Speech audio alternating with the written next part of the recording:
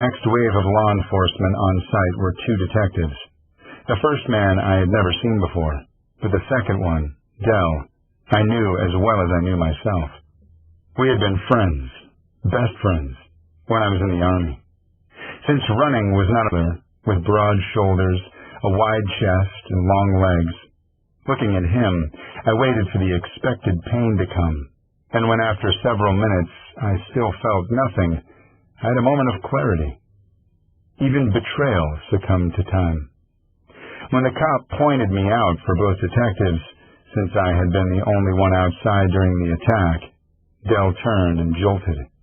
I moved, putting distance between me and the others, not wanting anyone. I thought I heard how fast they had driven, and the fact that no one had been hurt, only vehicles. I planted the seed that it was a random act. A half hour later, Detective Harris shook my hand, said it had been a pleasure, promised to be in touch with any leads, and excused himself. Dell waited until he was out of earshot before he rounded on me. I want to talk to you. Do you understand? Sure. You want to have dinner? Just like that, he snapped. Have dinner? I crossed my arms.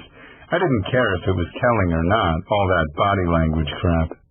Unless you don't want to, we can grab a drink if you'd rather. He stepped close to me. You left me without a fucking word. I left you in Novan, I countered. It seemed like the thing to do. Fuck you, Quaid. You know that wasn't what either of us wanted, he huffed out, drilling 2 fingers into my collarbone. We, Mr. Denas? We both turned as a woman in pale blue hospital scrubs strode across the parking lot toward us. I had never actually seen a cherub in real life, but her heart-shaped face, high cheekbones, peaches and cream complexion, and little bow lips made me think of one almost immediately. Her bright blue eyes, big and round, locked on me as she rushed closer, hand extended, more like she was reaching for me than wanting to shake my hand. Mr. Denas? Yes, I said, taking the offered hand in mine. Oh, thank God, she gasped, clutching me tight for a moment before she bent over and tried to catch her breath. Who are you? She lifted a finger to indicate that she needed a second, and I returned my attention to Dell. So, drinks? He grabbed my bicep and walked me a few feet away from the panting young woman. What? Drinks? He flared, incredulous. No? No, he snarled, taking hold of my leather jacket. You're going to meet me in Novan for dinner, so I cut him off, because I was actually really pleased to hear that bit of news. It would have been disappointing to discover I had been betrayed for a one-night stand. At least the cheating had led to something. You guys are still... That's good. You don't get to say anything about that, he sounded bitter. You don't get to have an opinion. You know, Dell, maybe... No. Where are you staying? I'll come get you. I don't know, actually. Give me your number. He sucked a breath in through his nose. He furrowed his brows and looked like I'd hit him. For fuck's sake, Quaid, you should come by our house, and I won't stay with you, I said frankly. But we can have dinner. Give me a place and time, Dell. He was quiet, lost in thought, it seemed, before he finally answered me. We're out in Scottsdale now, and there's a new restaurant in Paradise Valley we like. It's called Town. Can we say 8 there? Sure, I agreed. He scrutinized me. Tell me, this shooting? This wasn't about you, was it? No, I lied, because I had to. Dell had no idea about jackals. Okay. So what are you doing all the way out here? This is where I'm from. His eyes narrowed. I never knew that. The Novan? I shook my head. The things I had not told my ex-boyfriend and the guy he cheated on me with, my buddy Dell, could fill a book. For fuck's sake, Quaid, what else didn't you tell us? But that didn't matter anymore. So what are you doing investigating so far from Phoenix? They thought it might be weapons-related. Me and Harris are working with the ATF on illegal firearms trafficking. I see. But I was lucky, he said softly. Or you would be here and we'd never even have known about it. No, you wouldn't have. There was no reason for me to lie. Why would you treat me like that? He or Novin? But he knew why. After so long, why would I even matter to them? So I'll see you at 8, I said, and moved to walk away. He grabbed my shoulder and I stopped. You look exactly the same, Quaid. How's that possible? I shrugged before I grinned half-heartedly. I always told you I was going to age nice. He tried to smile back. Yes, you did, and have. Mr. Denas? When I pivoted, the girl was there, blowing one golden curl off her forehead. May I speak to you, please? I'll see you later, I said to Dell, and he gave me a quick nod before walking away. Mr. Denas. The adorable pixie in front of me had all my attention. Yes, I'm Quaid Denas. What can I do for... You're the seer, right? Not what I was expecting. And you are... She gave me a megawatt smile, with dimples and a flutter of lashes, before she threw her hand out in front of her for me to take. I'm Phyllis Seaborn, Mr. Denas, and I need some of your blood. Where was our conversation supposed to go after that? I know Raisa, and she called and told me you were coming back to Orly today. I've had everyone I know on the lookout for you, and when I got a call from my friend Shell, who saw you, well, I think I broke a land speed record getting out here. Where'd you run from? There was no room to park out here, so I had to find a place down the street. I ran from there. I'm glad you weren't around when the bullets were flying. Yeah, she panted. Me too. And you want my blood? I'll beg if you want. Not necessary, I assured her, and the smile I got in return was huge.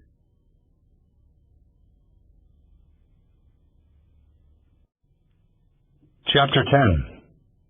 Phyllis Seaborn, who was going to medical school at the University of Arizona, latex gloves, swabbing the area with alcohol, being careful, tender, and causing no pain as she found my vein.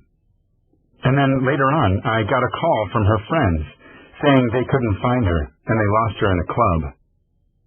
It wasn't your fault, you know. I know you blame yourself. She lifted her head, her gaze meeting mine, and I could see tears welling. But it felt like it. I mean, if I weren't so busy all the time, I would have been there. And I would have never left her side. She's my whole life. Yes, but you're going to be a doctor. She knows that.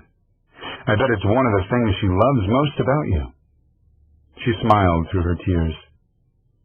It's like you know her. Tell me more, I prodded gently. She cleared her throat and sat back, breaking off the needle of the syringe in a plastic bucket, then putting the plunger piece in a sealed bag. So, no one knew where she was, and then it comes out that where I thought they were, they weren't. Laura said they were going to go dancing out in Tempe, but they ended up in Desert Hills instead. They went to Sandstorm. And you knew, because you're a jackal, that Sandstorm is a place where shifters hang out. Yeah. So I went by to see the owner, Mr. Garrison, and after he checks around with his people, he tells me that Laura's never been in there.